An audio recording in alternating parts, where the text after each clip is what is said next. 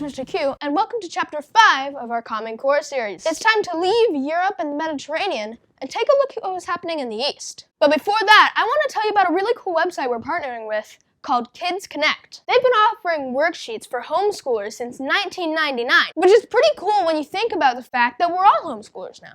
At least for the time being. Click the link below to download some free samples of worksheets on the subject we're doing right now.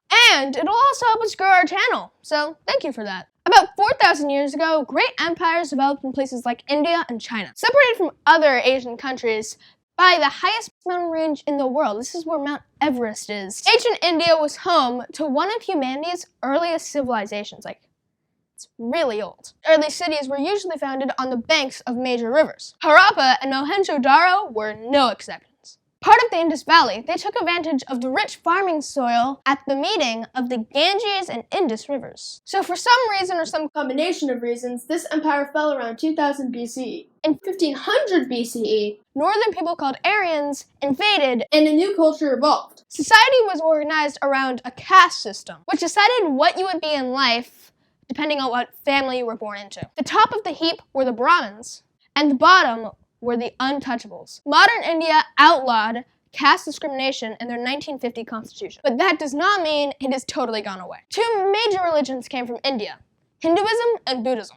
Hinduism says there is one spiritual power that lives in all of us, and its beliefs include reincarnation and karma. Basically, doing good deeds can lead you to be reborn in a higher caste. And what goes around comes around. Buddhism started later, around 600 BC, when a young Hindu prince, Siddhartha Gautama, left his riches behind to search for the meaning of life and a cure for human suffering. He became known as the Buddha, or the Enlightened One. Buddhists believe he found meaning through meditation, and he started teaching the Four Noble Truths.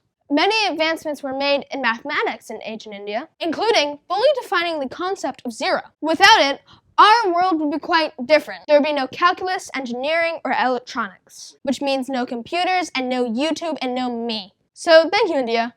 China's first cities came from the Shang Dynasty around 1760 BCE. People became experts at making bronze tools at this time and invented the first Chinese writing. After this came the Zhou Dynasty, which came around 1050 BCE, and they ruled for nearly 1,000 years, which is very impressive for a dynasty. Good job. The kingdom was divided up into territories governed by officials, who owned the land farmed by peasants. These territories fought a lot during the very well-named Warring States period. And the first emperor of China, Shi Huangdi, I'm sorry if I didn't pronounce that right, I'm doing my best guess. We're just gonna go with it. Started building something you might have heard of called the Great Wall, though construction stopped and started again a lot over the centuries. The Han Dynasty was established somewhere around 206 BC, and trade with the West began through a vast network known as the Silk Road. The Chinese had figured out how to make silk garments from silkworms, and they didn't tell the Europeans how they did it. This was a great idea, because silk was super popular. Taoism and Confucianism were two philosophies that helped organize Chinese society. We did a whole episode on Confucius, so please head over there for more info.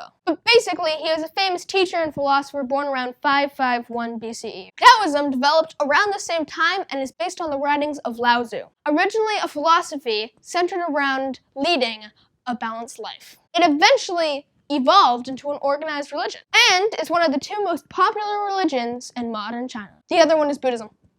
Taoism's most well-known symbol is the yin and yang.